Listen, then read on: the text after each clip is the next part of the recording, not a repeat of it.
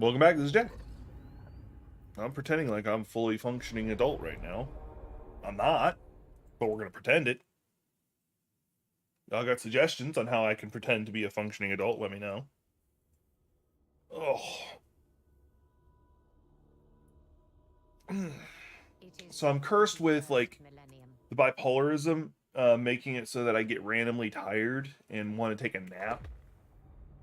Um, and then I was trained in the military on how to sleep anywhere at any time for any reason. So needless to say that I fall asleep a lot. Like I can just go to sleep anywhere.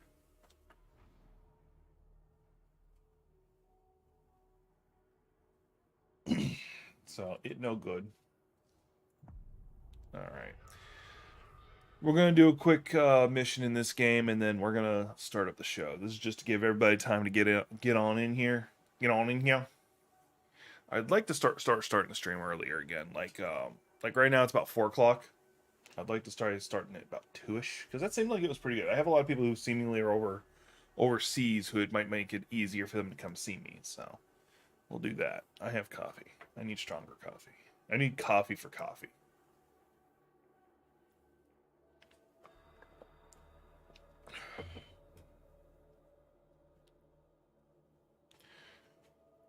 Oh, I do need to start so in regards to like working out and losing weight and stuff, I need to start doing like more active rest day kind of things than just the I don't do anything days, which is what I'm more guilty of. Because considering like what I do with my life is I do video editing, I do drawing and stuff, and a lot of it's not very active. So I need to like start finding more ways to be active. Oh, big screen. I need to find more ways to be active and do the things. So. Oh yeah, now that I do that, okay. Shrink back down. All right. Now, so this is the fanatic I'm playing as right now. I was actually hesitant to play it off on stream or just without my buddy Mad Techie because of the character I was playing with Mad Techie, and I've gotten over that concern just mostly because I want to get access to its unique weapons. The two weapons they use is a chain sword, a two-handed chain sword, which I don't know if that means that there is another one that that probably the sharpshooter gets, and a flamer. Heresy detected. Get the flamer. The heavy flamer. A flamer, for those who don't know, is effectively just a flamethrower, so nothing special. I might test something here in a bit, because it thought just occurred to me. It'd be nice if it works. Not that I'll take advantage of it if it works, but it'd be nice if it does. Oh. Alright. My character's remarkably tall, or just more closer to the camera, I don't know. Alright, so this is a one-handed chainsword. Now, the cool thing is that you do have alternate fires. So I just revved my chainsword. I love it! I love it! Heresy grows like fungus in these depths, so far from the Emperor's light. Alright, we gotta see if we can recover those scriptures.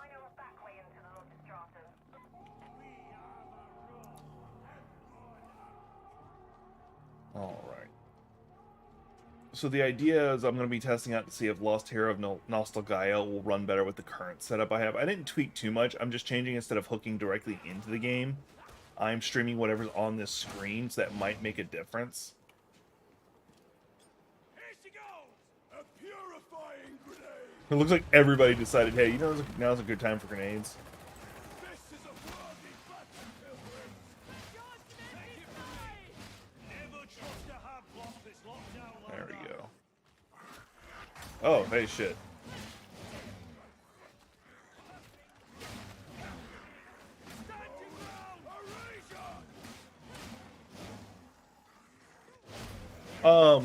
There's just something visceral about this game that I so fucking enjoy. Like, when you kill, like, some of the, dregs, or whatever you want to call them, you just see, like, the maggots that were in their brain just come flying out.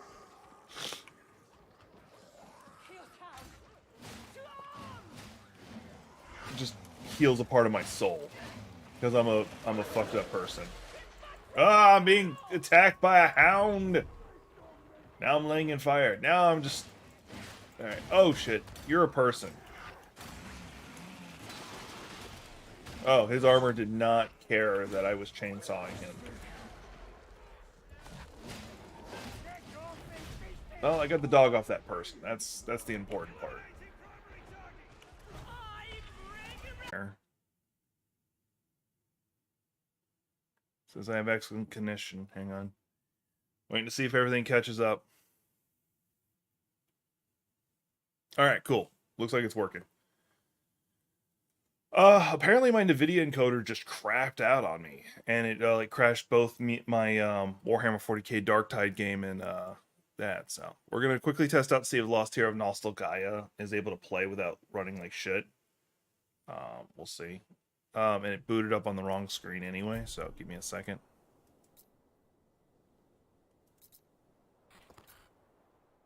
We'll put it in windowed mode, bring it over here. Put it. There we go. All right, now let me pull up my OBS.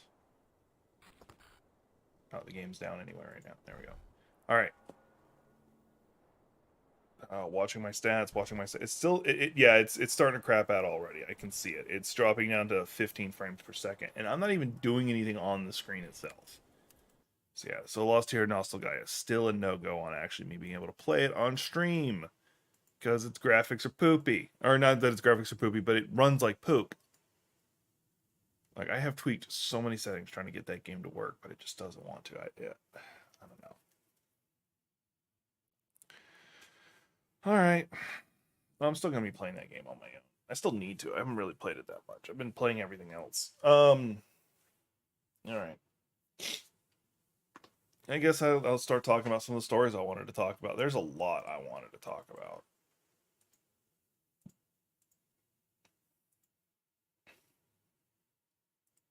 All right.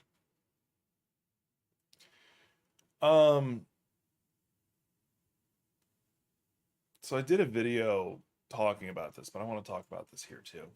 So there's already talk about a new Monster Hunter game after Monster Hunter Rise, and that's already a good thing. Like I'm okay with that. Like I enjoy Monster Hunter Rise and Sunbreak, and it's a lot of fun. It is a lot of fun.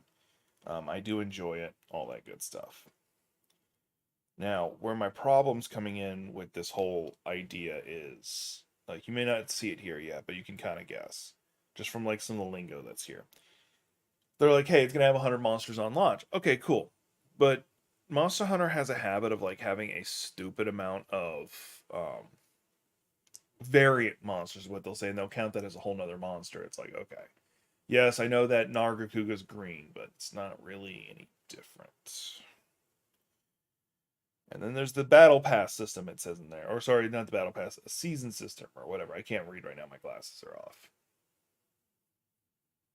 I had some really bad smudges I need to take care of. Yeah, the battle pass system and instead of expansions. So something I've really enjoyed about the whole Monster Hunter system is that they were really good about just giving you a lot of free content that you were just given. And the content was there if you played or not. So like right now I haven't played Rise in a bit. DLC 3 is still coming out. And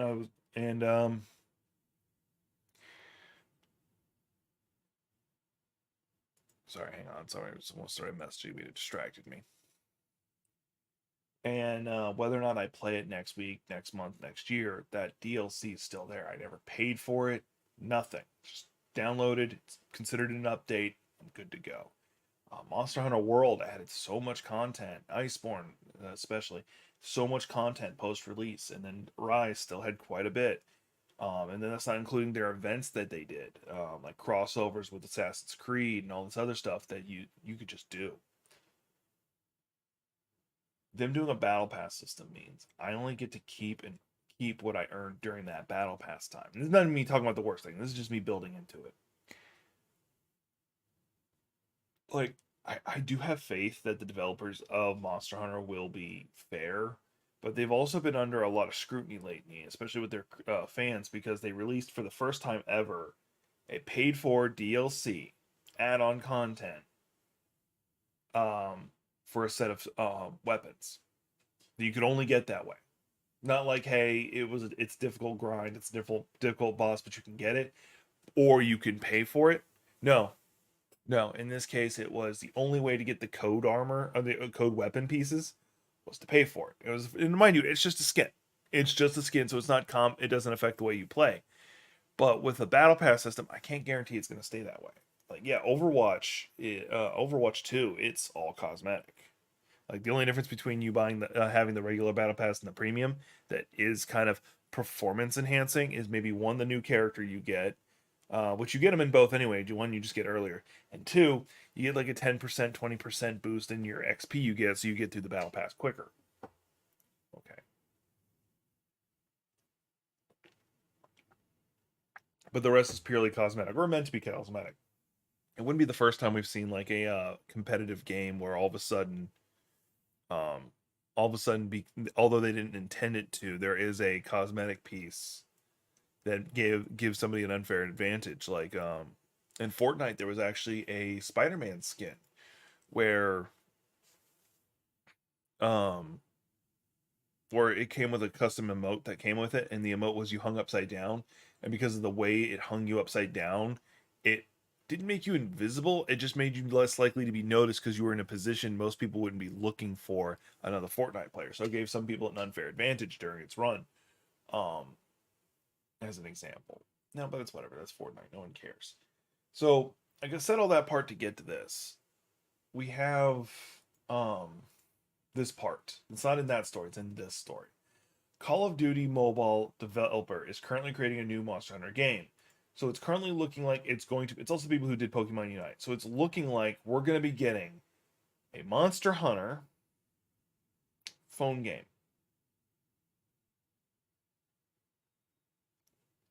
I want to say this again. Looks like we're going to get a Monster Hunter phone game. It seems like they're trying to run backwards. So I'm saying this with all the love and respect for the Monster Hunter team, but they made the PlayStation World game, and it was designed to be a console game. So they put as much effort into graphics and gameplay as they could, with as much technology behind it as they could. Then they go to make it a Switch, which is still technically a console, but we'll deal with that. But it's a portable console, so they had to scale back a lot of things. Rise does look good. It does look good, but you can't help but play Rise even on PC and go, this is scaled back, so everything works also on the Switch. I don't like that. I really don't like that. If they want to go that route, they should make it for computer, PlayStation, and Xbox, and then make a separate game that can only be released on the Switch. Now they're like, hey, we're gonna put it on the phone. So even if it gets a console PC port, it's still gonna be a phone game running on the computer, and it's gonna be shit. No matter if you upscale the resolution, it's gonna be the gameplay mechanics. Because in like World, almost every monster can get its tail cut off. Almost every monster had more signs of visible battle damage. Like you can look at the Nergigante fight, where you just see like its scales breaking off and stuff like that. Rise, the future game, the game that has had more work put into it, like some monsters get their tail cut off. Iceborne had a whole monster that had two phases. One was where it's just covered in rock, and you break it off, and then it gets to its second phase. Nothing like that in this one. The closest you get is the final boss in Sunbreak. You beat the shit out of him, then he falls down a cliff, then you get down there, and he looks different. Okay. Like, nothing against them. I'm not a game developer, so I don't know all the stuff that they have to do in the background. But I really feel like this is Capcom. Capcom not being that smart about this. They ain't doing the big brain stuff. They know do the big brain stuff. All right. Now this one I was really excited about. I was actually going to do a short on it on my other channel, but unfortunately no. So originally we were looking at Team Ninja, talking about doing a Ninja Gaiden or a Dead or Alive reboot. I went to, I had recorded the video. I was going to start editing it, and then I went to check this website again. Update. Having heard reports surrounding potential reboot for Dead or Alive and Ninja Gaiden, Team Ninja has stepped forward to say that there are no such plans as of yet. Yeah, go fuck yourself. I was so excited for that because I'm sitting here thinking like, you got Sekiro. You got Sekiro came out, and it effectively could be a Ninja Gaiden game if you wanted it to be, except for it's a From Soft Ninja Gaiden game. And then what do they do? Nah, nah. Like, yeah, we see that there's a love for these kind of games again. There's a real love for these kind of games again. They could have gotten away with a remaster, like taking the original game, turn to a studio that they could trust, and say, "Hey, um, remaster it for us. Like remake the graphics, update the gameplay, have fun." Hell, they could probably outsourced it to FromSoft, and they probably been like, we got you, fam." Unfortunately, I think FromSoft's like really big right now, so they wouldn't do it. Because like after Elden Ring, they're flying high. Which I think just won an award. Hang on, or is about to win an award. I don't know. Which no, I'm not surprised. I think they won Game of the Year. I'm checking. Oh, they did. Yeah, Elden Ring won Game of the Year. Elden Ring's the ultimate game of the year at the Golden Joystick Awards. So yeah, 40th annual Golden Joystick Awards. They win. No surprise. Um, Including the ultimate game of the year. 4 awards. So they actually won a lot of awards. So ultimate game of the year, Critics' Choice, Breakthrough Award, and best audio. No, best audio went to Metal Hellsinger. They fucking deserve that shit. Best storytelling. Oddly enough, no, that's not. Horizon Forbidden West. I haven't actually yet played that.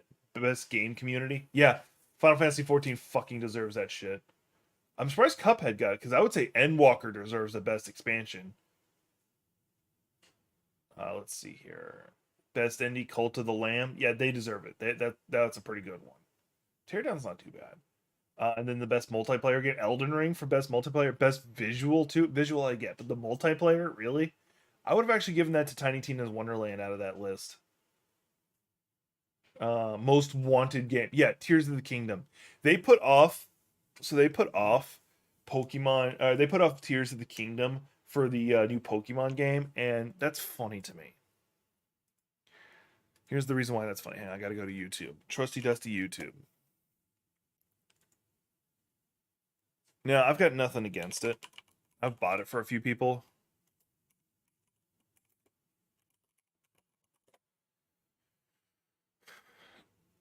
But there are just so many glitches. Like I'm trying to find like, hang on, let's see if I can just find a collection of funny glitches.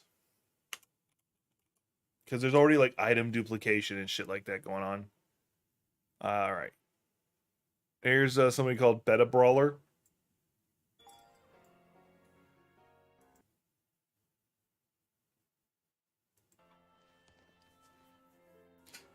Just yeah, this is an indie game, right? Like I've never heard of this Pokemon. Yeah, I've never heard of this Pokemon game. Clearly, it must be an indie developer who spent their last dollar putting it together. So it's okay; they'll polish it. Or is this still in early access? Yeah, that's got to be it. It's got to be early access. That's the only explanation I got. Not some studio who spent millions of dollars and years on publicity to try and get this game right.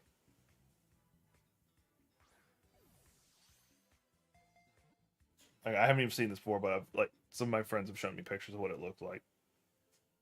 Like how did this character get on the roof? Like this is stuff you would see like on a Sonic video game, and then we have a Sonic game that actually turned out all right. Like the fuck. So yeah, that's what I'm thinking right now.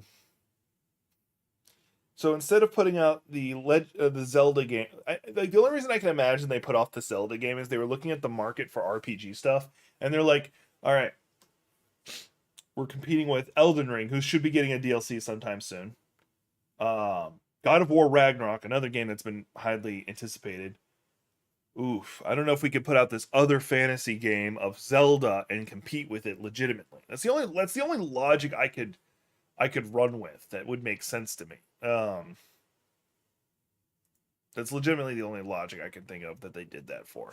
I'm probably wrong, but that's the only thing that made sense to me. I do have a couple things I am going to get heated and aggressive about, so this is just me talking, not even aggressive yet. Oh, all right.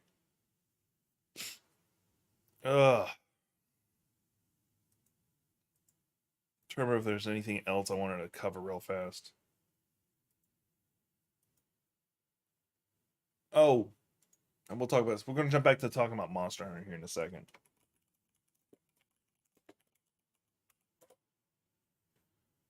So there's a couple new monsters that are showing up. New, like we were just talking about the exact same thing. We were talking about the idea that I can't even find pictures of them. You know, I'll just put up a normal picture of the creature, not the altered version. All right. So there are two monsters that make regular appearance in all of the Monster Hunter games: Tiestra and Kushladora. Tiestra, that's a Tiestra. Does explosions. They actually fire. It's actually explosions. Have fun with that. It's Waifu, which is Liestra, which is bluish, does fire. Anyway, no, mind you, doesn't mean he doesn't breathe fire. It's just he's more of an explosive creature. Anyway, so they started this new mechanic called Risen Elder Dragons, and it's like supposed to be like they're an undead version. It's more complicated than that. So Sunbreak has like this weird virus called the Kudu virus, which plays a lot of the end game content information. And so what happens is, normal monsters that get hit by it become what's known as afflicted. They become stronger, more aggressive, and they randomly explode. Like not explode where it hurts them, hurts you. And so that's the whole end game stuff. Well, they wanted to start including some of the Elder Dragons, and they're like, okay, well, we just can't call them afflicted, such and such. So they started with Chameleos, and they did what's known as a Risen Chameleos. And it was actually a pretty interesting thing. And we all knew that they were going to do this to the Elder Dragons. All right, whatever. Problem is, the second two monsters they do is Tiestra and Kushladora. Now, the reason I'm bitching about this is no one wanted to fight these guys again. No one. No one likes fighting Tiestra and Kushladora. No one looks at it and goes, man, that's an interesting fight. It has some interesting... These guys are just annoying. So, let me explain why. And this is coming from a guy who loves Souls-like games and loves games like this. Tiestra, standing near him causes you damage. Only 3 weapons are considered ranged in this game. So standing near him makes you constantly drain health. And he doesn't have a small health pool. A Risen version is going to be even worse. Mind you, this is when he's enraged and he's breathing fire. But he's almost in Rise games and Sunbreak, they're always enraged. So they're always causing you to lose health. And it's fucking annoying. And you have a limited amount of healing items. Have fun. Now, if it was it lowered your health, but you could never die from it, I'd be okay with that actually. Because then it's just get good scrub. But no, like he can kill you if you're like in mid-massive combo. And then, oh, he ticked your health away, but never touched you. It's fucking bullshit. That's just Tiestra. Now, Kushladora. Kushladora is a giant steel dragon. I'm going to see if I can pull up his picture. Hang on. So you get an idea.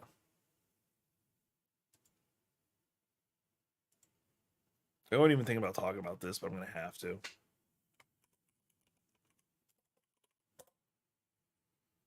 And here's a good picture because this is actually from Rise. That last picture I showed you was actually from World. There you go. It's a bad picture, but it's from the game. It's a giant steel dragon and a giant iron dragon. And what element does it use? Wind. Yeah, that makes sense. I like that too. So not only is it a creature that you're going to hit, and a majority of the time your attacks are going to bounce off it unless you're using like top end gear and you're targeting very specific places, it controls wind. Now you're like, okay, cool, wind, whatever. It creates little hurricanes or tornadoes, whatever the fuck you want to call them, that send you flying. Even if they don't do much damage to you, which they usually do, they send you flying. So, and he can put them around himself. And not to mention his angered version, which once again in Rise, creatures always seem to be angry. His ability to bounce your attacks increases even further. So even if you're using the top end gear for your level, it's still gonna bounce. So you'll combo bounce, stop the combo, and you're staggered for a few seconds. So he's like, "Oh, I'm gonna tail whip you now." So that's the other monster they decided, hey, let's make a Risen version of it. Okay, I get it. These are like classic monsters that you bring back, but you had so many other choices. So many other fucking choices you could have brought in.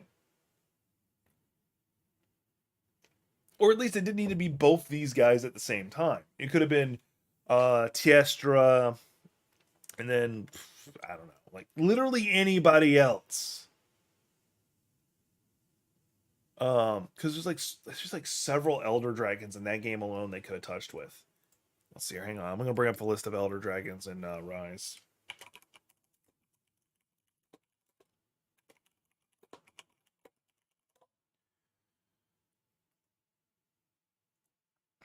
All right, this is for both Rise and Sunbreak. So Narwa and Ibushi you're not going to do because they're the final bosses in the first one, so they wouldn't do those until like the last. Same with Narwa, the All Mother. So you have Malzeno, who is like the cover boss of Sunbreak, and he kind of like is the originator of it, so probably wouldn't give it to him. Test, we already talked about Kushladora. But then you have the Crimson Glow Valstrix. He might have been an interesting choice, actually, considering the fact I don't know why Gormagala is here. I'll get to that in a second. He's basically known as like the Rocket Dragon. He's kind of cool.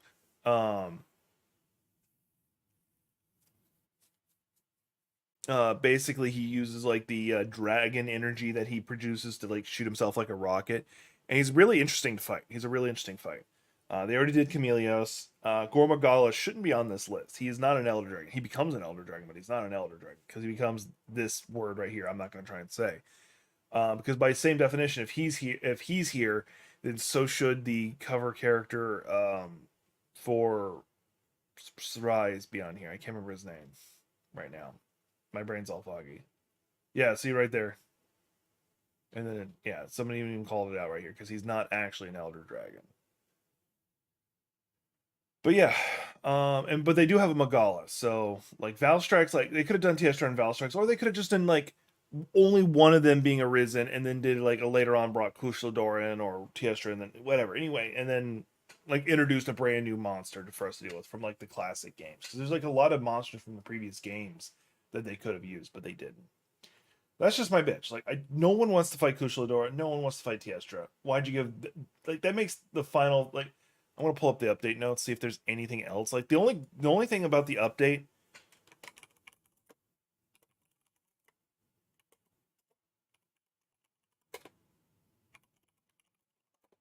that I like is that it's making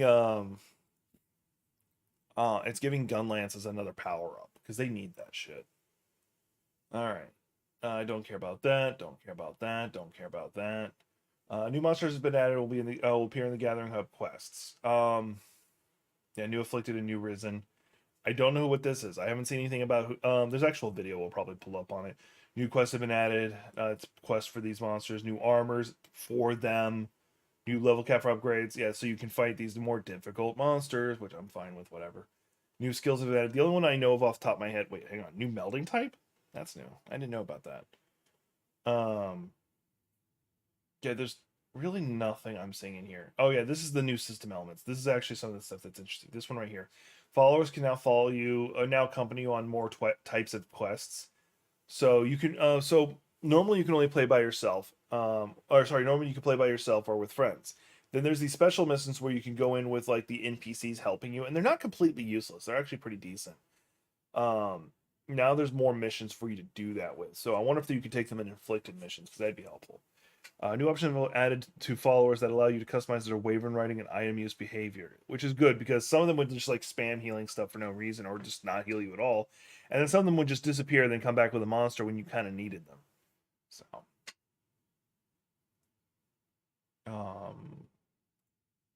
okay, here's some stuff for the monsters. Okay.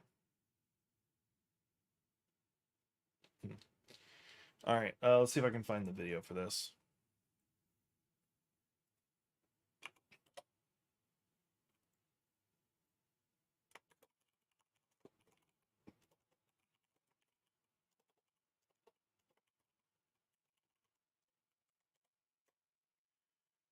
There we go. All right, we got the official video from Capcom. I'm proud to join you on your quest. Mission time. Let's move out.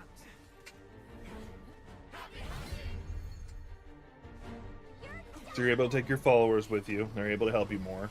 Yeah, because some of these fights, it's like, you know, you kind of want other people to help you shoot things.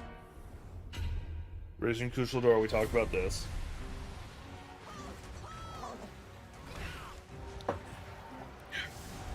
See, right there, like... Risen Tiestra, once again, you've heard me bitch about it. Don't get me wrong, they do look cool, but... I feel it's just so fucking lazy.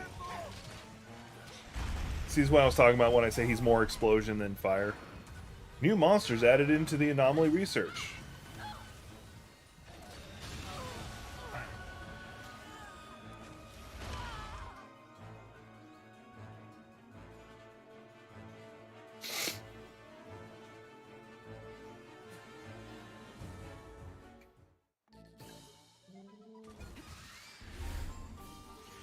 And they're going back to using the paid DLC stuff. Don't get me wrong, this is actually adorable and I'd probably want it. But I'm already exhausted. Like, I'm not... I haven't played Monster Hunter in a little bit. And usually I'll come back in around the update times. But I never actually fought Risen Chameleos. Oh, we're going to see what the new monster is? Oh, yeah, this is one of the ones that was mentioned. It's not a Risen character, it's a Chaos Gormagala. I'll explain what that is in a second.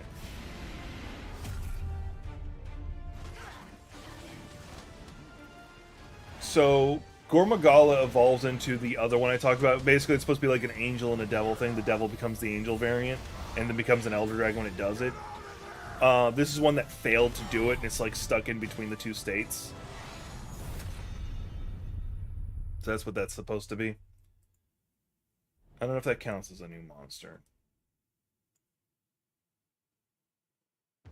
Alright. Yeah, like, I'm honestly disappointed in the Monster Hunter team for this. Like, I know they're trying, but then on top of it, you're also looking at them going, you also look at them doing the whole, what's the word I'm looking for? Paid layered sets, which I can deal with. I can actually swallow and deal with. I'm fine. But them on top of it, just seeming to like phone it in on some of their monsters that they're throwing in. Now, once again, this is all free stuff. This is still like I'm giving them a hard time because I had so much more faith in them. I had so much more respect for them. If EA was doing this, I'd be lauding them. I'd be praising them. And I'm seeing Monster Hunter, who I've had so much respect for a while, start like really making me question their behavior. And then on top of it, they're doing the phone game thing. Like, we've seen how bad phone games can be for games like this. We've seen it kill any hope for Diablo 4 because we saw how they handled Diablo Eternal or whatever the fuck it was called. So, speaking of that, speaking of, is this the one I'm thinking of? No, okay. Fuck, what's the name of the game? There's a game we're going to be looking at. I've talked about it a couple times. Since we're talking about Monster Hunter so much, this is the game I'm more interested in right now because... Oh, yeah, I forgot that one that's gotten announced. It's actually coming out stupid soon, too. So I'll be buying it. Oh, that's what it is. It's called that. Okay. It's on my wish list, so I can always do that. They had a new trailer drop for this game.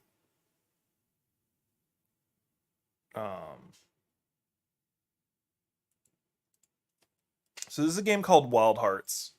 I'm really looking forward to. Like, this comes out in February, and I will be playing this on stream or personally up in the air right now. This is semi-gameplay, cinematic right now. It's giving you hints on what you can do. Ancient ancestors' extraordinary technology. The karakuri can be found across this land. Though they still worked when I was a child, it has been a long time since anyone could figure them out. So it's another Monster Hunter-like game. Until you. And our character can use this like ancient lost technology called the Kakuri or whatever. And can use it to fight the giant monsters in this one. They're called something else. Nature's energy. Wield this ancient tech. Unleash the power of the karakuri and shape them into new forms.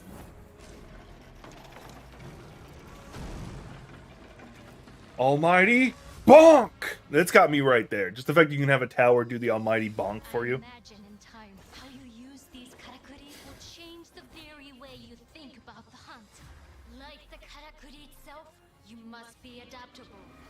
And like the kimono, you must be ferocious.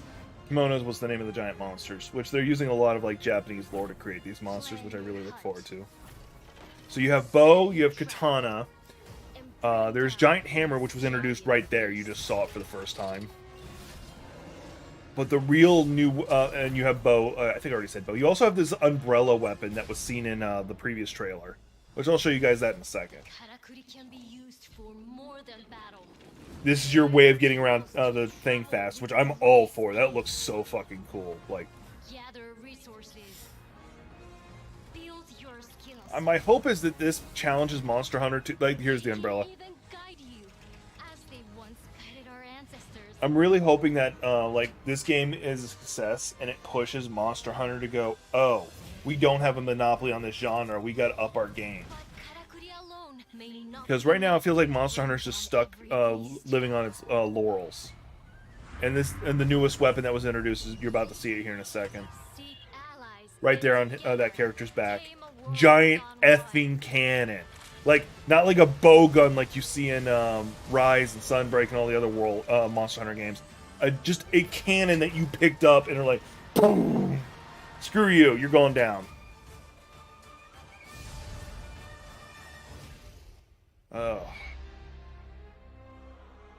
I'm gonna say this again. I'm probably once again getting hit by so many DMCA's. Like, I would love to show you all my page of you just seeing like every like live stream I've done in the past.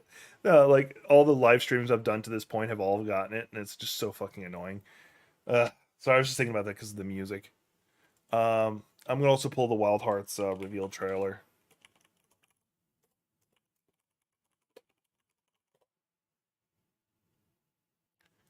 This is the first trailer we saw, and this comes out in February, by the way, so it's not even that far off.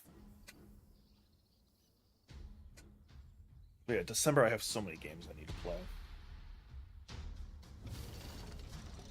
This was our first look into the game, so everything you just saw before,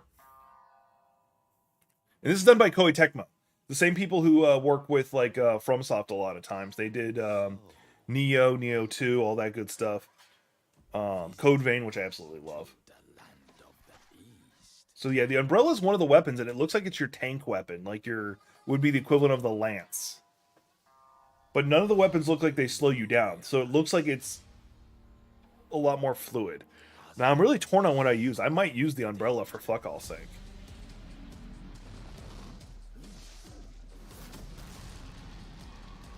The giant ass boar.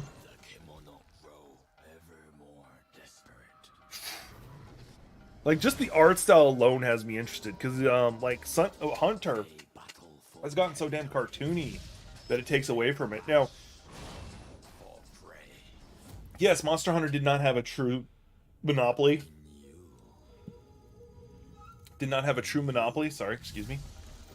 There was actually Dauntless, which is a free-to-play game, but Dauntless, I don't think, was ever given a real chance to succeed. Not by its developers. Developers worked their asses off. It's by the community as a whole. It's just like, oh, it's just trying to be Monster Hunter. This game coming out the window, everybody's like, yeah, they can see it, but they're like, this is a whole nother beast. Sorry. Ooh, I can't wait to fight that wolf. And it's not a 4-man team, it's a 3-man team, which makes it a lot easier for me to fill. Because I always have like 2 friends who will play these games with me, and never can find a 4th. Like, I'll have like 1 or 2 people who pick up the game too as the 4th, but then they'll do like 1 or 2 missions and like, yeah, I'll play again with you. Never play it again. Never. I think they even uninstall the game, but won't admit it. I love that trap. I love the idea of using that trap and then just being able to just like go in. And tame a world gone wild. I'm here for this. I'm looking forward to this. If we get to fight something like that, that's gonna be cool too. Like when we were, so in World at one point, it was World. You see this giant mountain volcano creature. It's like the first one you see, and like it's like in the opening sequence, and like it's pretty much just like a run from cannon to cannon attacking it thing, and it's like, oh, could have been so much cooler. All right.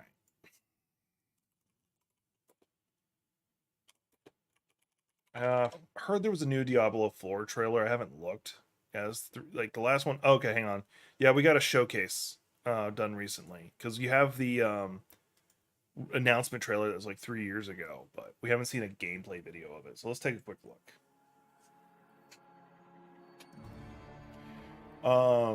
This was captured on an Xbox Series X. Hang on.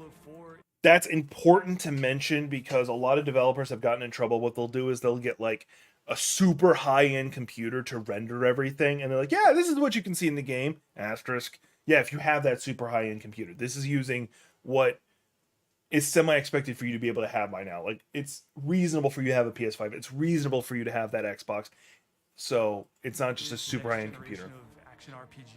All right, I don't care what he has to say. We're gonna. You can create in Diablo 4.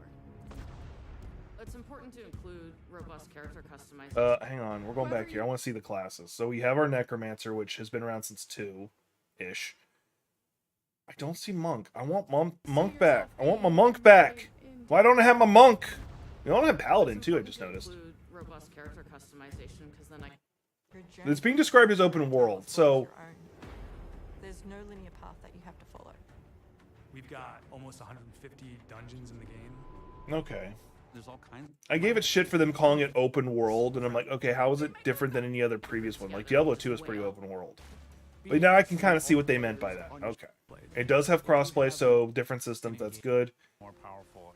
Whether it's new items or new dungeons. And it feels like it's going to have the same beating your head over the wall with the... Okay, cool.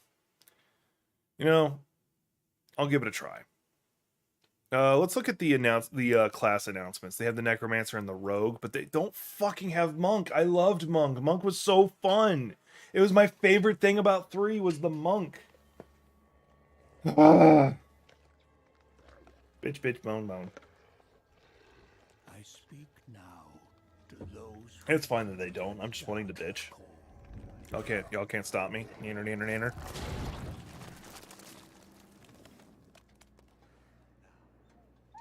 Those bold enough to cross the line of sin guide for deeper knowledge. I probably should shrink myself for this so y'all get to see like more of the trailer and less of me. As important as I am for this stream, being able to see this trailer might be important. You know, I'm already not interested.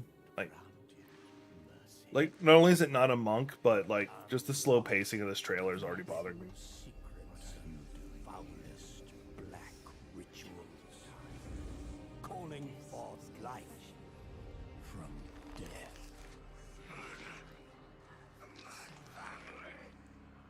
Okay, that's kind of a big deal. Turning in the ears.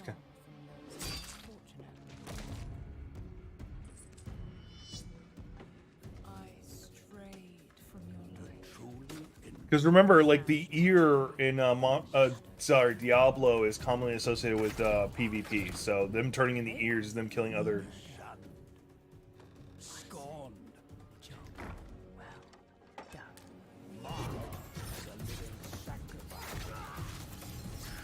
Oh, this gave me some ideas just now for some writing. Not gonna get into that. You will be a priest of Rathma. A necromancer. The fuck? Do I have multiple videos going? And you will not confront I do, apparently. I was wondering why the audio was so fucking weird. I was so fucking confused. But I'm also not... I don't care anymore. Like, I also had the Necromancer video going on, like, a separate tab. And I was like, what the fuck is going on? Like, the audio is just being weird. I was just letting it run, but... Okay, whatever.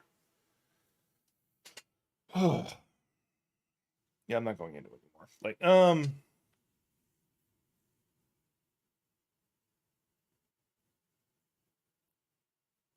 yeah, so I'm interested in, I'm going to play 4. I'll probably play 4. I've played every Diablo game except for Immortal to this point. And the only reason I'm not going to play Immortal because it's been clearly shown that that game is just a phone game meant to harvest as much money.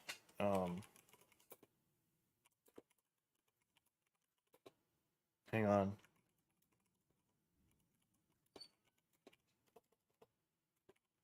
And my roommate just got home. All right. So somebody like did the math on how much it would cost to upgrade a character from level 0 to max in fucking Diablo Immortal, $110,000. Are you fucking kidding me? Like, yes, you can grind and all that good stuff, but the problem is not just like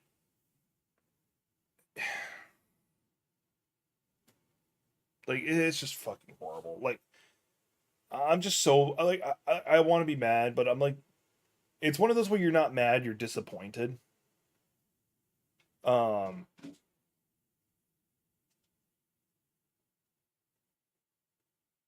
yeah, like that. Because I had like Blizzard used to be a developer I had so much respect for, especially because like they did StarCraft, like the StarCraft 2 especially for me. Like StarCraft 1, I have such great memories growing up playing, but StarCraft 2, they just took it to a whole nother level. Again,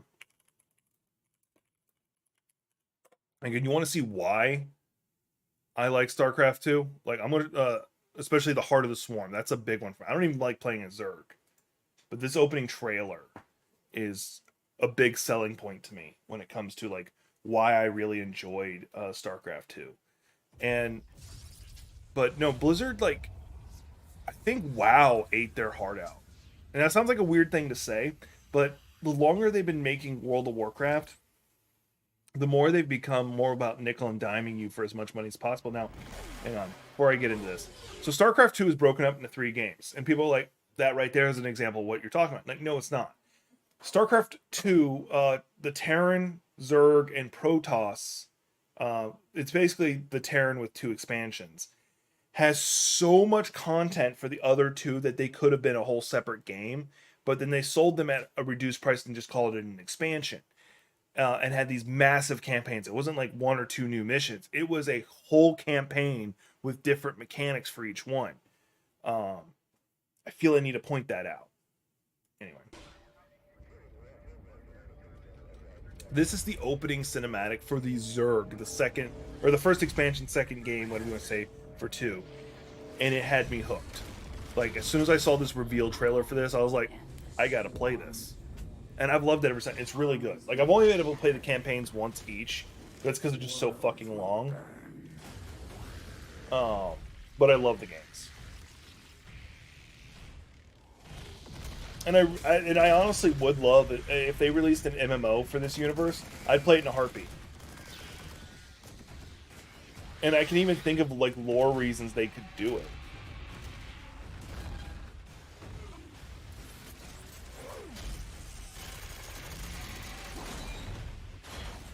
Like, you never get a true feeling of like how dangerous an Ultralisk is, or Brutalisk, whatever the fuck its name is. I think the Ultralisk is the fully upgraded version.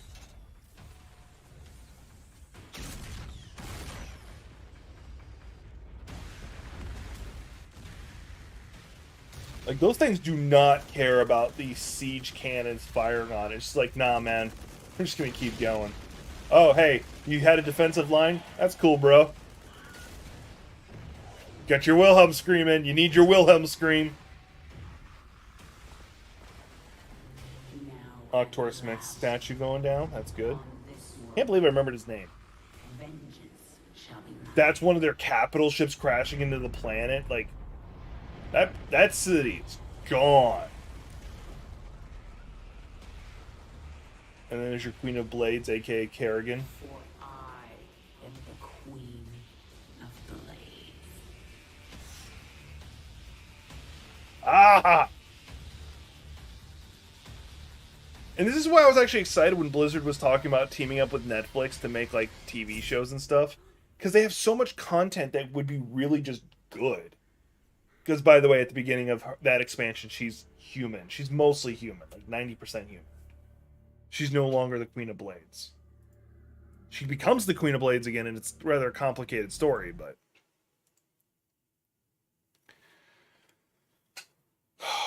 And then we're supposed to be seeing, like, what happened to the single player of Overwatch 2? That was another thing. Like, so Blizzard, like, once again, Blizzard seems to be just dropping the ball on a lot of things.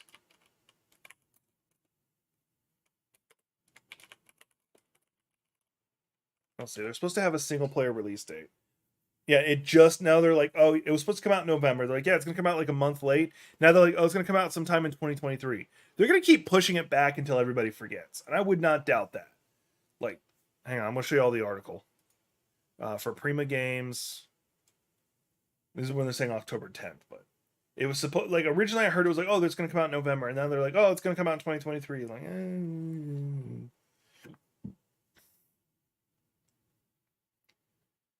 but that annoys the hell out of me. Like, I actually like. There's a lot of things annoying me, and I keep bringing that up. But here's the thing: one of the biggest gripes for Overwatch One is the fact that it didn't have a story mode for you to play with. You had all these characters with these great stories, but because they weren't written down anywhere and they were kind of just like notes released here and there, they changed them all the damn time. Like they made up like so when I first started playing, they originally said Reaper became Reaper because Mercy turned him into it. Then later on, they came back and like, oh no, this character that we just introduced named Moria is actually the one who turned him into Reaper. Like, you didn't need to do that. You could have left it as like, and then, like, I'm okay with them going, oh, by the way, this character was actually gay. Like, okay, whatever. Like, it's annoying, not because the character is gay. It's more of because like, if you just seem to pull it out of your ass and not like, and you don't need to announce it. Like, they actually did really good with how they did it with Tracer. Tracer, they just showed her with her girlfriend and then just kept going. They never brought it up. They never said anything about it. Just like, here's Tracer with her girlfriend. Moving on. But then when they did it with Soldier 76, they're like, oh, by the way, Soldier 76 is gay. Like, cool, you don't need to make an announcement of it. And the funniest thing is, hang on, there's a I've said this before and I'll say it again. There's a skin he's got. Here it is. This skin right here it came out about the time that they decided to come out and say, oh yeah, by the way, Soldier 76 is gay.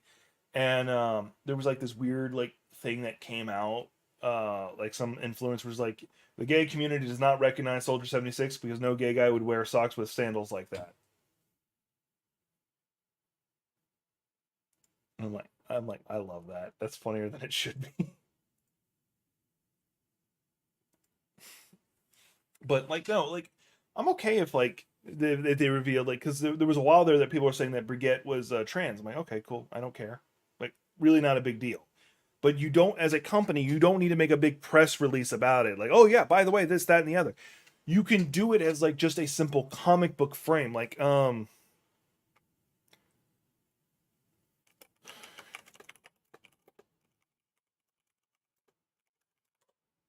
there was a comic issue where they like this was like the first time you really found out that Tracer was lesbian. Like, it always been like kind of suggested, but this is the first time you really saw it. Like, this is her with her girlfriend. Not made a big deal. Just she's there with her girlfriend.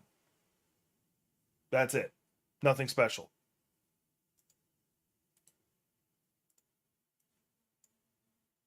Like, same thing. Here's a little extension, and you're like, oh, how do you know that was her girlfriend? Oh, that's the next thing. Yeah, so here you go.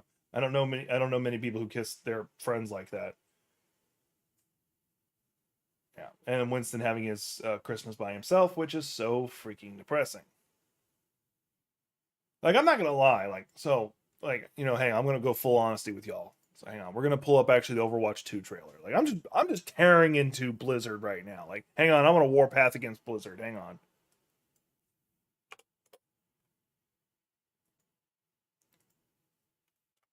So, oh god, Team Darkside released something I gotta see. So they released a trailer called 0 Hour. This was the first announcement for Overwatch 2, and it had me so excited. I'm so excited. And I'm not gonna lie, this one actually had me tear up.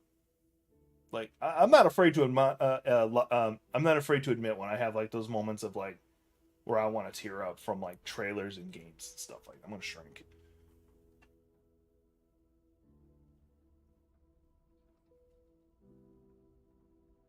So this gets me. Like, we don't even know who the fuck Ziggler is, unless that's Mercy's name and I don't know it. Probably is. But yeah, so hang on. I'm gonna pause right here. This part gets me because you see, and I didn't know who Sojourn was when I saw this. The bottom right. This is all the people he considered family, and she was thought to be dead for a long time. He's been on again, off again in retirement. He does bumfuck whatever. She doesn't. I don't think she ages anymore because she's time kafunky. Like you have all these people that he just can't see anymore. This is not when I don't think this is Winston holding the picture. And I'm really big about the people you call family. These are the people that were family to him because the only person that raised him is now dead. And here's this new person, May, and he's trying to be strong for her. Yeah, let me turn the volume up on this. So y'all can hide when so I can hide when my voice breaks a little bit from talking about this. Enough people for this mission. There it goes. As long as we stick together, we'll be fine. Why is it not full screen? All right, I'll just do the magic button. You're going to show. Now would be a good time. Attention! This is your captain speaking. We are on. So worth noting. Hang on. I know I'm kind of like killing the mood here. Give me a second. Poop. So it's worth mentioning. It's worth mentioning like when this is supposed to be somewhat taking place. Overwatch 1.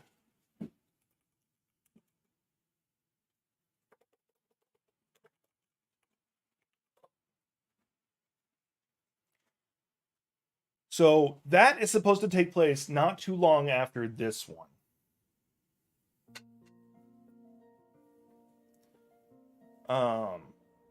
I'm not going to make y'all watch the whole thing, but it gives you an idea of what's going on with him. Is that he's living by himself in like an abandoned Overwatch place because he can't live anywhere else. He's a talking ape and probably wouldn't be able to live anywhere. He's living with Athena, who becomes I think Athena becomes like the smart robot that flies around, whose name I'm not going to say because I have a smart device that's listening. And you look at his childhood, he's just this ape who was on the moon. And then the man who raised him died. He doesn't even need the glasses. He only wears them because he keeps stealing them from him. Reaper invades his... Send them your regards, monkey. Reaper invades his home. The last place he has his home. And this is like when he's trying to create the dome thing for the first time. I'm not a monkey. Oh, and Reaper is trying to steal the data on all the remaining Overwatch agents who can, in theory, stop his talent. That's what he's trying to do. Just a little catch up. I'm a scientist.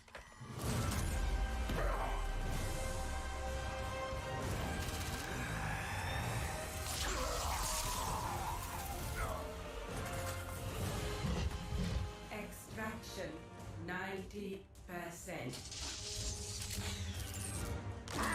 Failing 98%. Hang on, Athena. Athena?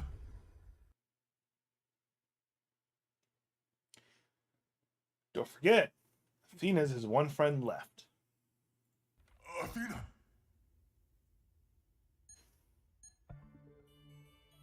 Virus quarantined. I'm running diagnostics on the core database. Restoring systems. He keeps getting alerts,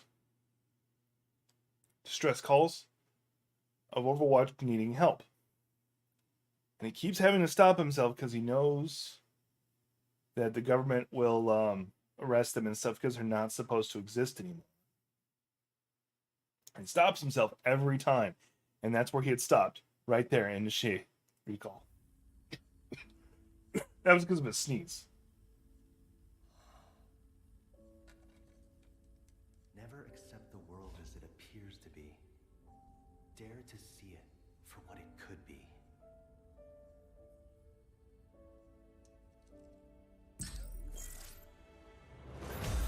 Establishing agent connections.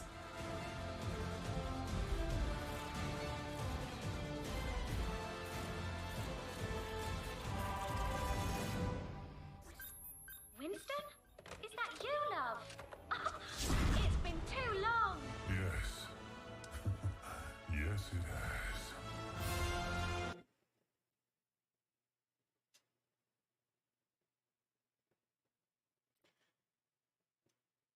I showed y'all that because I get the feeling. So that takes place.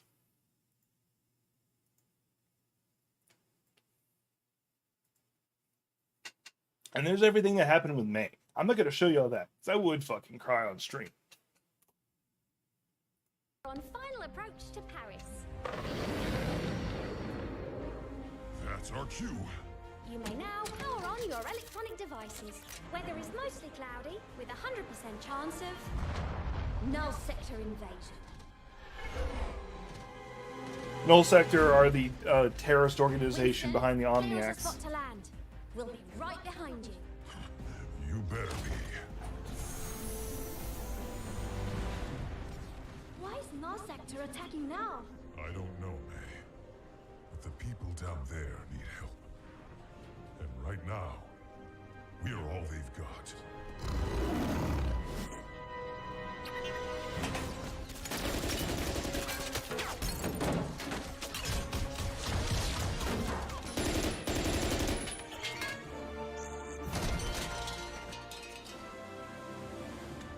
Bonjour, officer. We're here to help.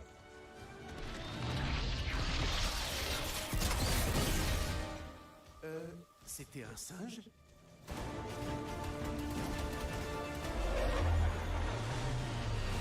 That makes me kind of wonder if Batiste is here.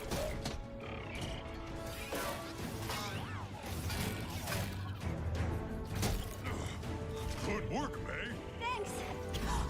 Watch your back. Regardless of how you may feel about May in the game, this would effectively be her first fight because she was never a combatant. She was a scientist studying cryo research, and then all of her team dies because they didn't wake up from their cryostasis. So this is effectively her first fight. So that's why she's so socially awkward in this situation. Just a heads up on that. Get the civilians to the ship. You got it. What was that? Because you're probably like me and say, I hate May. I want a mission where you have to fight that. I want a mission where you have to fight those giant effing robots. But no, you've only ever seen them in cinematics. Hell, Tribjorn takes one out by himself in one of his stories.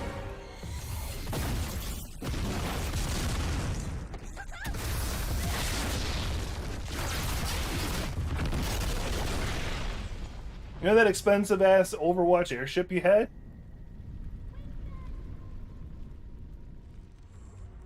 So what happens when you go into a fight without a healer? Stay with me. Winston! She needs help. We can't stay here.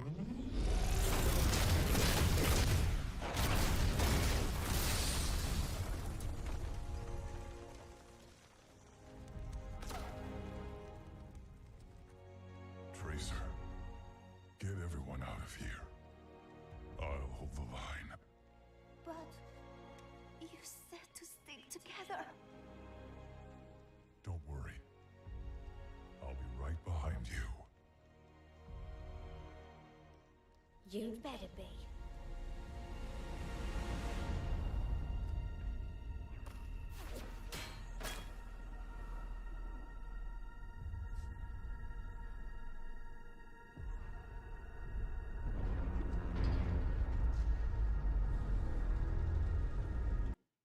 I know I'm killing the moment.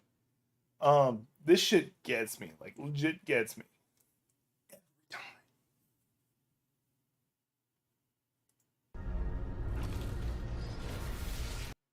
Because remember, Tracer knows he's lying. He doesn't think he's coming out of this.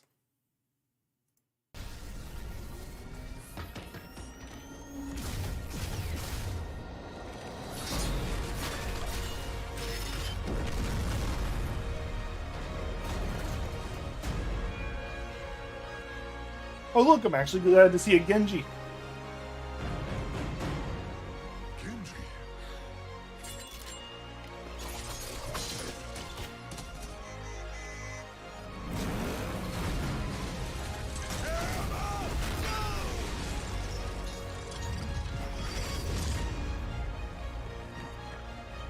Yes!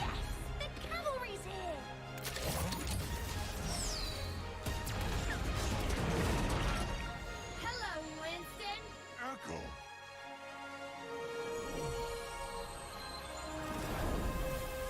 get you back in the fight.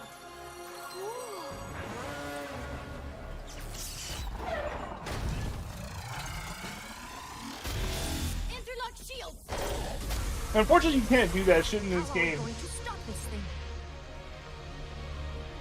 Man, your backpack. Huh? That could work. Trista, pulse bomb. Here you go. It is getting hot!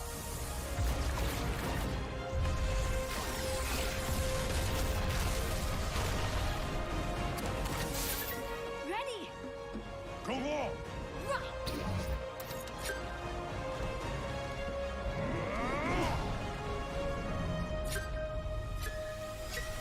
Got it.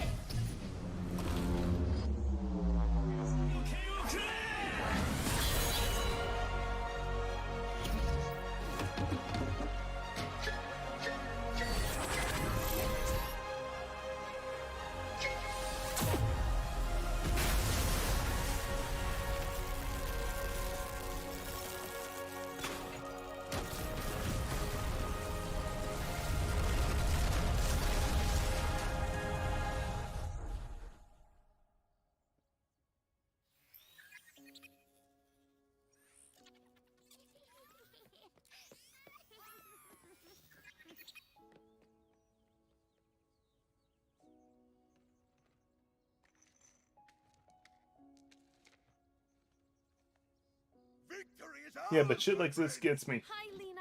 Brigitte? Oh my gosh, you've grown. This is why I say I don't think Tracer ages anymore. May. Hi, everyone. Nice to meet you. And of course, you have Reinhardt doing dad jokes. Although I don't think he actually. I know he has. I don't know if he has kids or he adopts them. Does this mean Overwatch is back?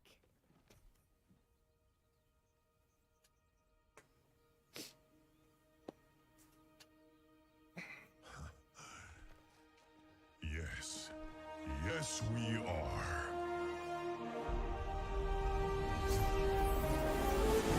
Y'all can make fun of me for getting all teary-eyed for this kind of shit. I don't care. You can go fuck yourself. The other one, another good one is, and unfortunately this is one of my favorite characters, but unfortunately they've nerfed him to hell and back.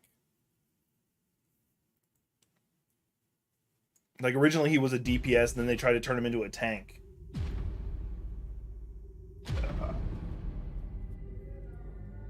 But this is another one where, like, it's another moment of you seeing Winston and Tracer's relationship. Because the accident that gave her her powers, this is also the first one I think was anime oriented instead of like gameplay or cinematic or 3D cinematic. The reason why Tracer can do what she does, she's like in a temporal weird flux, and it's natural to herself. The thing on her chest is to allow her to control it. Winston's the one who fixed her so that she could exist in the here and now. So that's the cliff notes on that.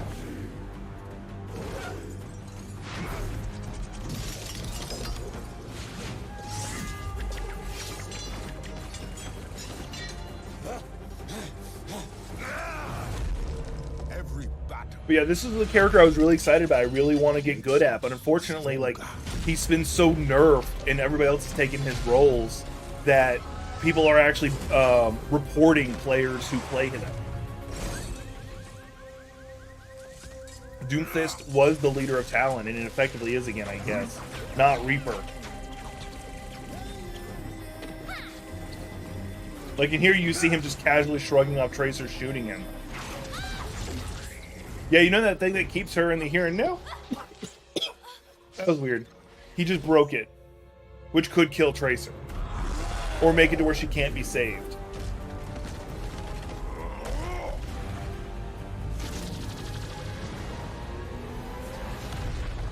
And then he got his ass kicked by an upset gorilla.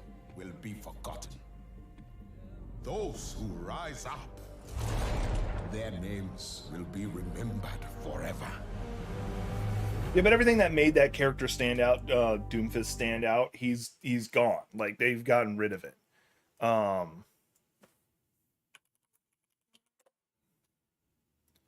Because you now have Remetra, which I haven't even seen this trailer, so we're gonna be watching this for the first time together.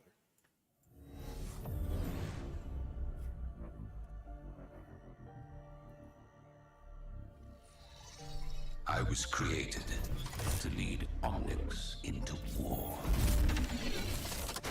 But all I have ever wanted is a better life for my people.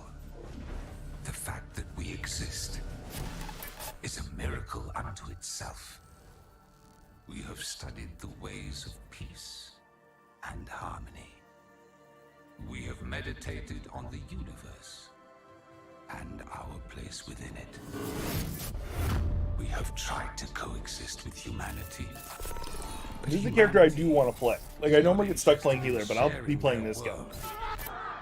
How many more Omnics should perish to fuel mankind's dreams? I was looking at what he does. He's anti-air.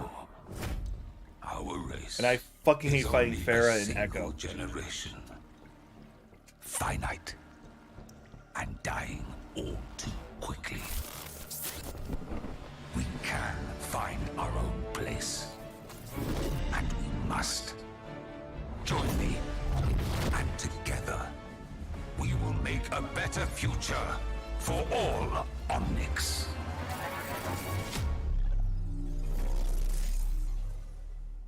Yeah. Let's see if it actually shows any of his gameplay. No? Okay. I haven't seen the Cutico one, and I really don't care to. I end up playing Cutico a lot. So. But no, I look forward to that character. That one's going to be a lot of fun. Because he's anti-air, apparently. Like, he can grab the characters out of the air with some of his abilities and just go, you're now grounded, have fun with that. Because I hate fighting Ferris. I hate fighting a Flying Mercy, and I already said the other one, and thankfully my smart device didn't turn on, because it's annoying as hell. Anyway, that's enough of me talking about the whole gaming side. Because, like, this whole, like, last 45 minutes made me talking about gaming stuff. So let's, I want to talk about something specific that's been going on in the news. Something that happened relatively recently. Let's see, what was I looking at? All right. So there was a shooting in Colorado Springs.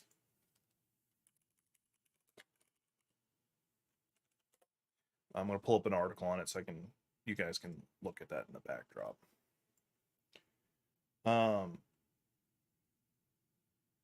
Yeah, there's a shooting in Colorado Springs, and as you can see here, he's being held without bond. So the guy goes into an LGBTQ club, and I think it's currently he killed 5 people. Anyway, he killed 5 people. He probably would have gotten more, but thankfully a military vet was there who was able to get up on him, take one of his pistols and just pistol whip him into not being able to fight back. In fact, the veteran later on said, "I thought I had killed him." He was there because Club Q had a what is it? Drag Queen Story Hour, which is where a person in drag reads stories, reads kid stories to kids with parents' consent. A consenting adult dresses in drag and then reads books to kids with the parents' consent. And I don't see anything wrong with this, because that's like saying, oh, kids can't watch Powder Puff games for football. Powder Puff games are where, for those who don't know, is where the football team becomes the cheerleaders in cross dresses, and then the cheerleaders play as the football players. That's been in American culture for years, and no one cares. But for some reason, someone being read a book becomes a big deal. So anyway, with that part being said, and the reason why this happens is because you have people like Tucker Carlson and Fox News and a lot of Republican politicians saying that these people who are reading books are groomers.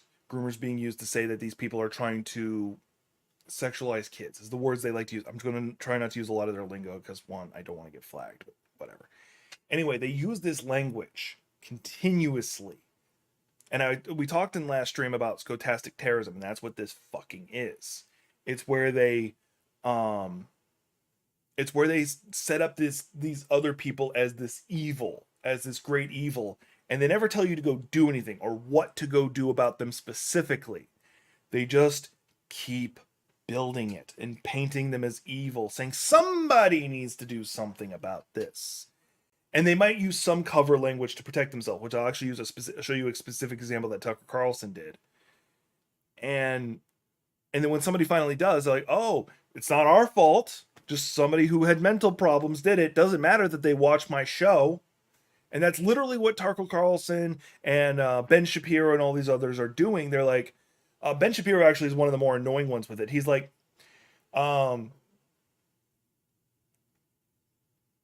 just because like he speaks fast, I'm trying to like pinpoint exactly what his point was, but he's basically saying just because the guy watched our shows and agreed with us doesn't mean it's our fault. It's effectively what it boils down to.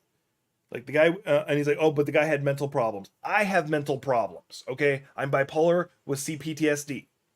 I'm more self-destructive than destroying other people.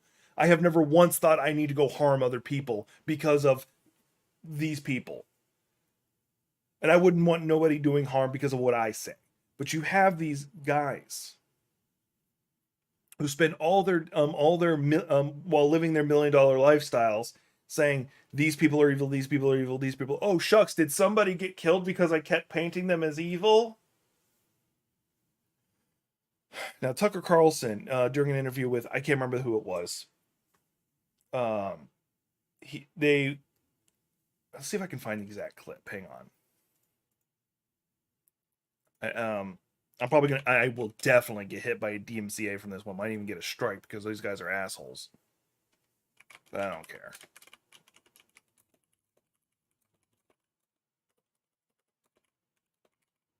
I think this is it.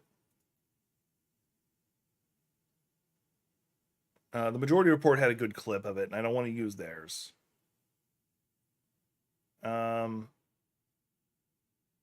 You know, I'm gonna cheat. I do apologize, Majority Report, if you somehow see this. I'm just see if I can find it. Hang on.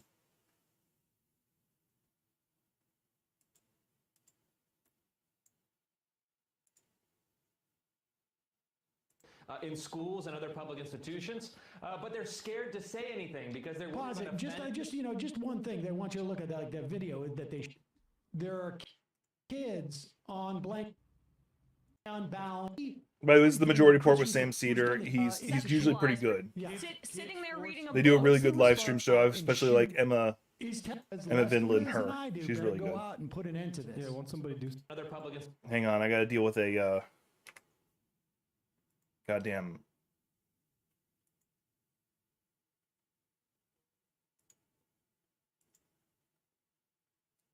bot. They don't even give me a view. Like, if you're gonna do this shit, at least drop in and give me a membership or something like that. Institutions, but they're scared to say anything because they're worried about offending. Look at the language. Kids forced to endure sexualized performance. That's not sexualized. It's a person cross-dressing, reading a book. Like, if you view that as sexualized, just somebody cross-dressing by default, we need to, like, every time you talk about that, you need to come in with your internet history printed out. We'll go over it line by line to show what the fuck's wrong with you. Like, that's not sexualized. That's a person cross-dressing. So you're saying Powder Puff Games is sexualized? Is that what you were saying? If you see that and that's what you think of, you need fucking help. Quite simple. Let's keep going. Queer theorists and the people who founded the drag queen. Listen to the language he's fucking using. A trail of evidence in academic papers and manifestos that say the goal is very clear. They want to sexualize. Look at the use of the words he's using. He's using the word manifesto. Manifesto, like, yes, you have like the Communist Manifesto and stuff like that, which is like a documentation for like thought and all that stuff.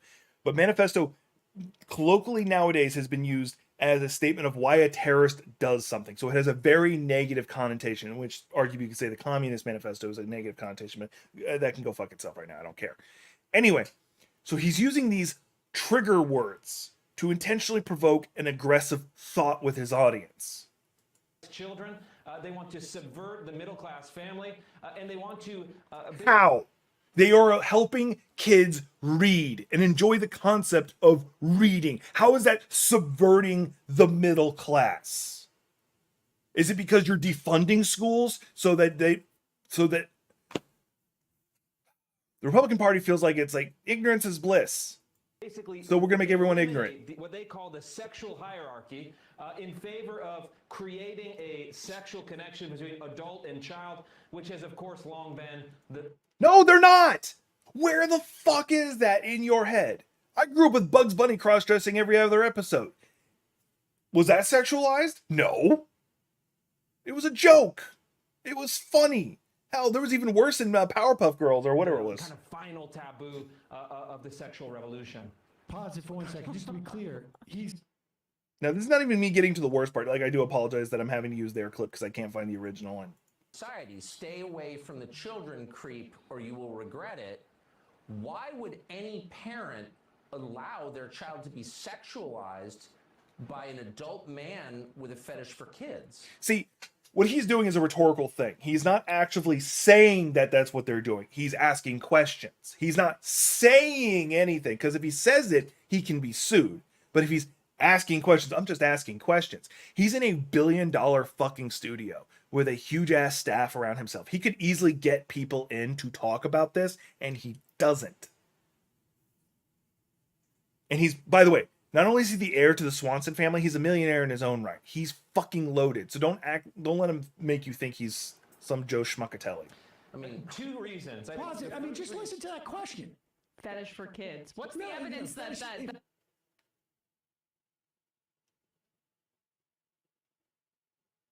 I need to, like, I wasn't planning on talking about this. It's quite simple, is that people have been mystified and bought into this idea that it's somehow an expression of tolerance and exploration and gender creativity. But the second thing, we've seen this already in New York City, it's mandatory. See, they're just looping this one segment where the I'm going to say performer, whatever you want to call it, is messing with the kids. The kids are up and dancing and stuff, so she dances back, or I don't know what pronouns to use, whatever.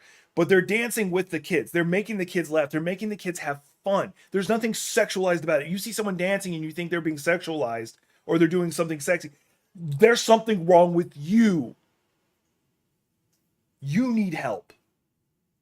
City public schools have organized dozens of these performances as young as elementary school. These are mandatory. Parents in some cases were not even given the chance to opt out of them. Like, once you realize they're just looping this because they don't have a lot of evidence. Like, one of the big ones, like, this is another conversation, but back in the day when BLM was first making its initial movements, there was a scene where they did pigs in a blanket fry 'em like bacon, and it was just a joke. Like, they weren't being serious. And you had cops marching with them at the time because they were providing escort. But Fox News played that same clip for 3 years, pretending that was the whole BLM movement. They used the same clip for 3 years. People on the progressive side, we don't need to do that to you guys. Why? Because you provide us new evidence on how fucked up you are every day. And so this has long gone from what one conservative commentator called... What's sexualized about that? Holding up book. Holding a book for you to read. This is what we're going to read. Subsidized and forced onto kids by the state itself. It's something... No, it's not. This is a charity organization having these kids come out, these drag queens come out and read. Arm themselves with the literature and the people in their... Hang on. That was their cover language right there. He said, arm themselves with literature. He says that now.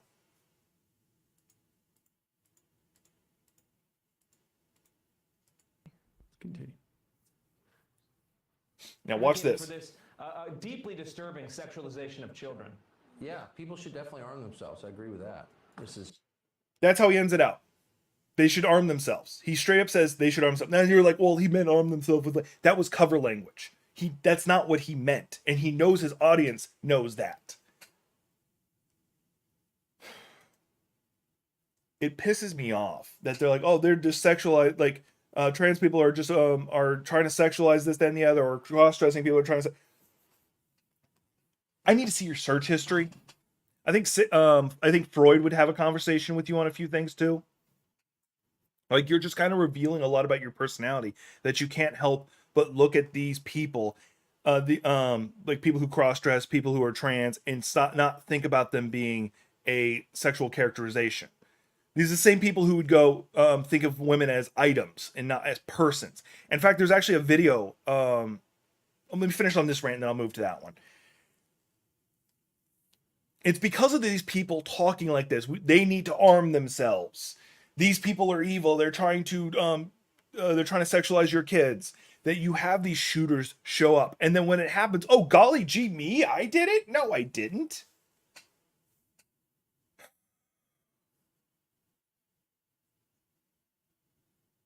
I'm sorry, like that gets under my skin more than it should. Like it really does. I have a lot of friends who are trans. I have family who's trans. I have friends who are in the LGBTQ community. I have family who's in the LGBTQ community. And these people, Tucker Carlson and pretty much all of Fox News, feel they need to go out of their way to turn them into victims, to make them sound like they're trying to destroy America and all that stuff. And they're going to get people I care about harmed. They need to not have their job anymore. They need to be fired. They need to become pariahs of sight. No one needs to hurt them. No one needs to hurt them.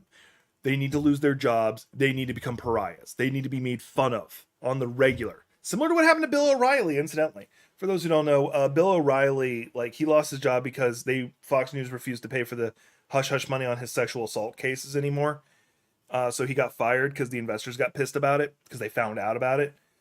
And so the tapes of some of his sexual assault stuff got out, and like it's funny. Like if you can look it up. I'm not playing it on here, but it's funny. Like some of the things he says that he thought he was being sexy with is just funny. Like something involving a loofah. I don't know.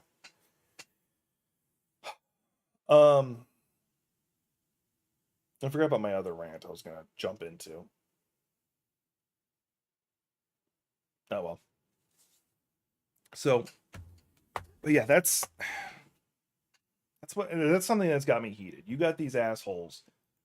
We were talking about stochastic terrorism, and then like the same day I started talking about it, we had the Colorado Springs shooter, and then we find like, and don't forget, we still have the Pulse nightclub thing that happened. That was like, I know that was years ago, but goddamn, why is that trending? Oh, okay.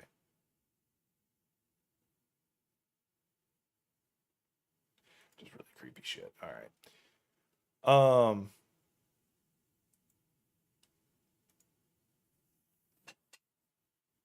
So you have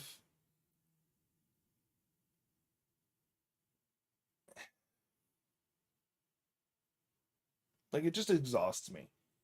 The conservative side feels that they need to wrap themselves in this blanket of I'm the victim. I'm the victim. That's all they do. They wrap themselves in that.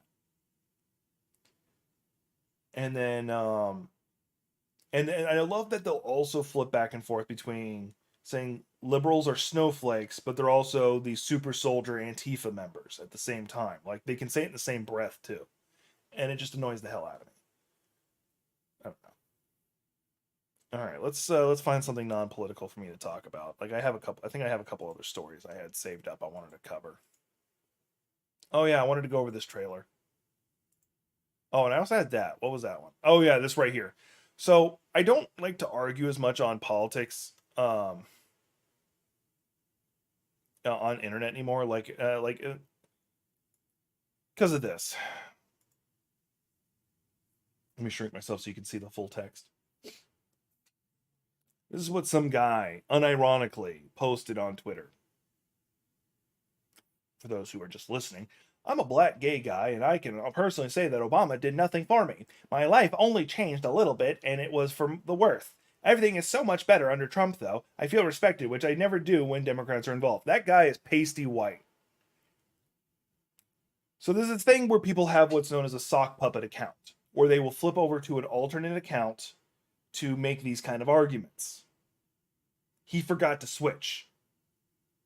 And it looks like this is a guy actually running for something. Like, this is because he's got the check mark from before Elon Musk took over. So, there you go. It's why, like, there's no point in arguing with the internet on the internet because you'll have assholes like that. There is something I did want to share that was kind of funny. Me and Gothic were talking about it. I had it in my head when I was bringing that up, and then I lost it again. I'll remember it in a minute. And then we got this story right here. I was going to watch this trailer with you guys because I have yet to see it. And it's One Piece Odyssey. It's a game that, like, I generally don't like One Piece games because you're always stuck playing Luffy, and I want to play Zoro. But let's take a look at this trailer together. I need to stop, like, watching trailers on here with you guys because that's what gets me hit with so many DCMAs. DMCA's. Even though technically what I'm doing right here is like 100% commentary. Whatever, I don't care. I don't want to fight it. みずみず肉のバーベキューが特にうまかったな。このウォーターセブンも現実の世界と全く同じじゃないのよね。Yeah, so this is supposed to be taking place during the Water 7 arc, which is a very interesting time. Because before it's when when the Going Merry's dying and they're getting the Thousand Sun. It looks like you actually might get to play as other characters other than Luffy, which will make me happy. So if that's the case, I 100% will play this game. The only exception is if it's just like a Street Fighter like game, and then no, I'm good. あなたたち決して屈しない。ルフィがいる限り諦めないことにした。あの日、司法の塔でね。That's one of my favorite moments right there. 部下じゃねえ。仲間だ。あいつらがいてくれる。 Where she's like, I wanna live. なんて人たちなの？絶望的な状況なのに誰一人欠けてない。ルフィの言葉を仲間との絆を信じて。力の源は。 One thing I don't like about that scene right there they just did, they had Luffy fighting back against all the cannonballs coming in, but during that actual thing in the comics, or the manga or whatever, he's on his ass. Like, he can't move. That's coming out soon. I'm gonna keep paying attention. Oh, I'm already not interested. I'm less interested now. Is this a live service thing? But apparently, yeah, you can play as the other characters. But is this a live service thing? Because you have energy apples, excite apples, golden. Why would you need that? If it's a live service thing, I'm gonna be annoyed. I'm gonna have to look more into it. What was me and Gothic talking about the other day that was so funny? Like it was like a bad funny. Oh well, I can't remember. Not important anymore then. If I can't remember, I'll just save it for next stream. I'll save up an article for it or something to remind myself. Cause I got no memory. I got goldfish memory. Actually, that's something to bring up right there. So this hit the news the other day, and I thought it was really fascinating.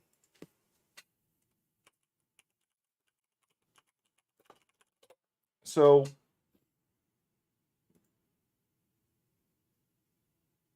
nope, that's not the one I'm looking for. But this will be a good one. This is not the one I was specifically looking for because it was like a 60-pound goldfish found. Somebody found 30 football-sized goldfish. Remember, goldfish grow to the size of the container they're in, like in relevancy. So, yeah. When the ones that you release that are still alive, that's what's going to happen to them. They're going to grow really effing big if they survive. Anyway. Let's see if I can find the big one. Because I can see the pictures for it, but I want to find the... here it is. Its name is Carrot. It got named. I do enjoy that. This is Carrot. And like, goldfish are cute when they're tiny, but like, looks derpy as fuck when it gets to full size like that. Like, goddamn, 70 pounds.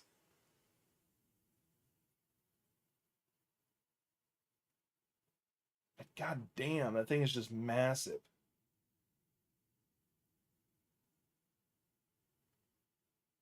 It's a hybrid carrot is a hybrid species of a leather carp and koi carp. Like, that is just effing massive. Could you imagine, like, you're swimming and that goes past you, like, the fuck was that? Chuck, I think I saw a goldfish. No, you didn't. That wasn't a goldfish.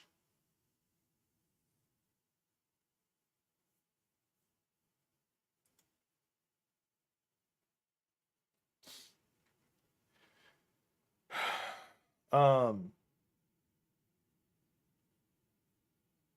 don't think I got anything else I need to rant rave about. I think I got most of it on my system. I think I'll save it for like post-Thanksgiving stuff while all y'all are... Oh, you know what? Bring that up real fast because I do like talking about sales. So let's talk about sales real fast. One of the games I was going to talk about this. There's a game that's coming out a lot sooner than I thought. Comes out next month. If I'm reading this right. And I'm really excited about it. Booyah! Final Fantasy VII Crisis Core remake. I'm here for this. I'm 100% here for this. I didn't get to play the original Crisis Core for reasons, but I'm here for this. See, this is even before he started using the Buster Blade, like in that scene right there. Now, I don't know if it looks like they're keeping the weird slot system that's in the from the original game, and they're going to be remaking that scene. I'm looking forward to that because if you don't know, in the original Crisis Core, you had this really good animation of Sephiroth fighting the only two people he viewed as his equals, which was Angeal and Genesis.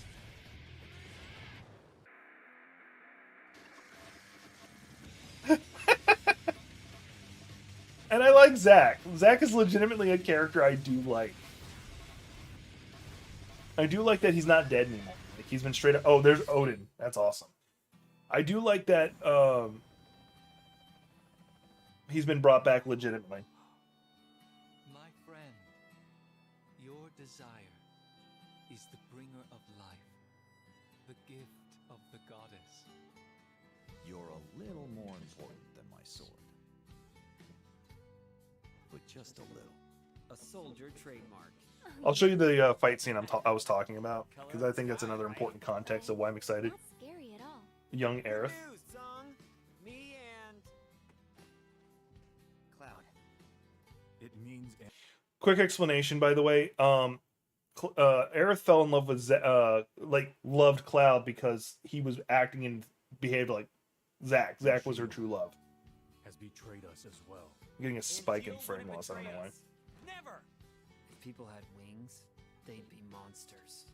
Wings, they don't symbolize monsters. Your glory should have been mine. How petty. In hindsight, perhaps. I love that he's the one who becomes known as the one-winged angel. Well, look who's here. Depending on what happens, I may abandon Shinra. Angels dream of one thing. Please, tell me. To be human.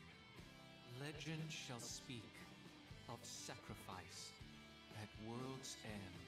I'm not gonna spoil the lore of like what's the whole deal with them having the one wing. But one of my favorite of all Final Fantasy cinematics, of all Final Fantasy, like all Final Fantasy, like I don't think I've said this enough, is this one that I'm about to show y'all. I'm probably once again getting in trouble for like the music and stuff because, of course. I'm gonna skip the build up and just go straight into the cutscene.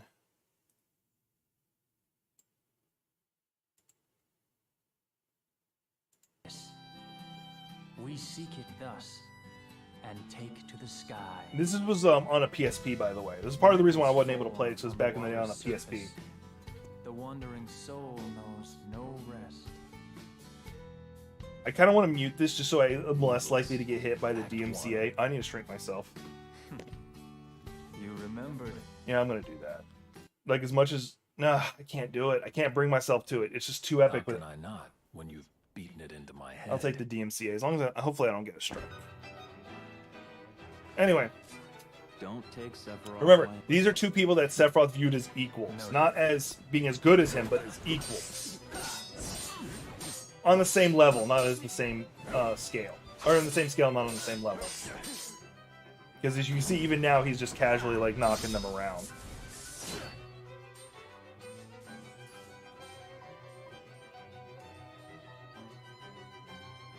Because this is back when he's in Soldier First Class, like where he's the top of the line. He is the legendary hero. Is that the best you can do? And that guy right there, you see, he's got the Buster Sword in his back. He's the original owner of the Buster Sword, by the way. That's Angeal. Angeal? That's Genesis, Stay the one in back. the red. I'll take Sephiroth alone. Genesis. The world needs a new hero. And he's jealous that Sephiroth is the one that everybody's like, oh my god, it's Sephiroth! So smug. But for how long? So this is basically them both going, okay, we're not going to fuck around anymore. We're going full power on each other.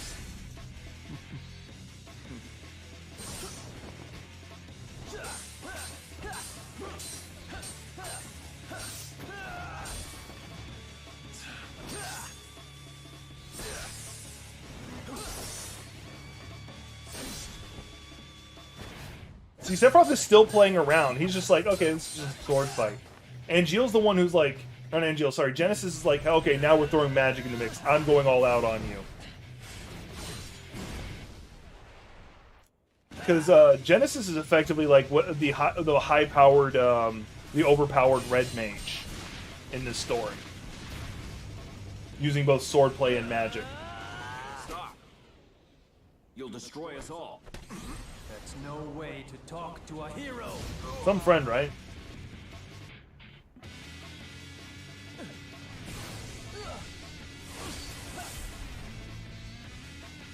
Now Sephiroth's like, alright, fine. I was playing around, I was having fun, now I'm going to show you what I can do. And even now, he's still he's probably still just playing around. Like, right there, he's like, where he's just letting himself fall for a second.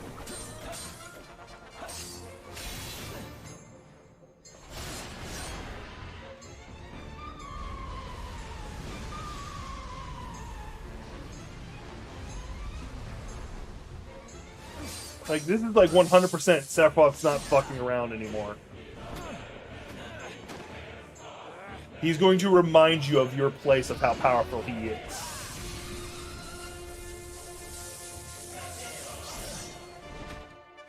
Now, as powerful as these two guys are, I want to point this out to you real fast. Enough! How many people can stand between these two guys casually? Out of my way!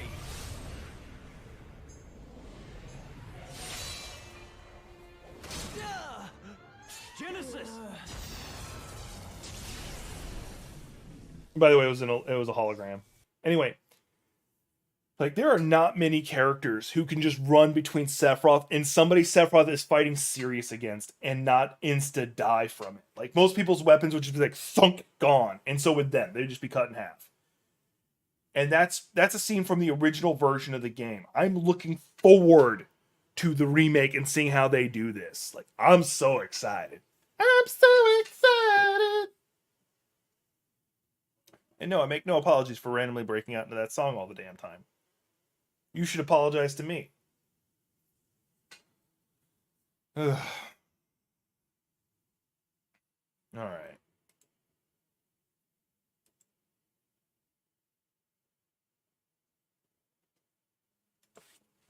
Sorry, answering my buddy Cool Walker on something.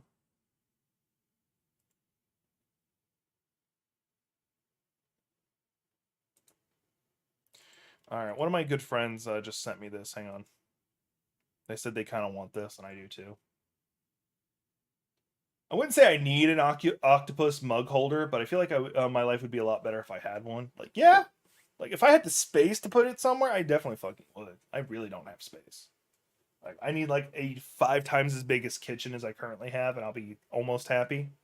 Like, I grew up in a house that my grandfather built, and we had a massive ass kitchen, which I thoroughly did not appreciate when I had it.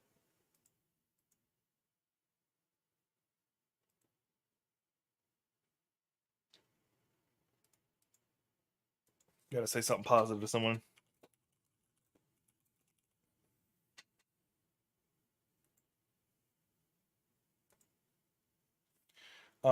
What they said is one of the other content creators I follow is like, I'm going to study the hell out of DaVinci Resolve and become much better with editing. I'm like, I believe in you. Like, I do. Like, hey, do it. One of the cosplayers I follow, known as Bratlander, they're trans man, and they finally had like top surgery and stuff, and like they're just going through like the healing process and talking about it. And I'm just like so proud of like them. I'm always big about people chasing the version of them they want to pursue, and like that's a big deal to me. Like, and they're also sharing the experience so other people can understand it. I'm not going to share their picture because I don't have permission to do so.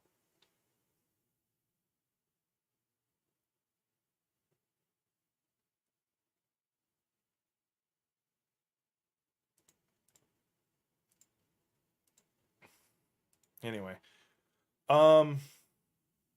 I think I've covered a lot of what I need to cover. No one seems to have anything they want to shout at me that we need to talk about. So I think I'll call it about here.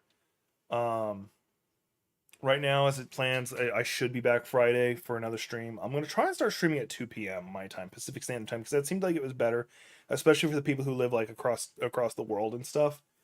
The only reason I didn't do that today is because my sleep pattern is foobarred, as y'all already know. But I appreciate y'all being here. I really do. If you're watching this later, don't be afraid to leave a comment on any topic you want me to kind of cover for Friday or any future streams. But I appreciate y'all being here. I'll see you on the next one.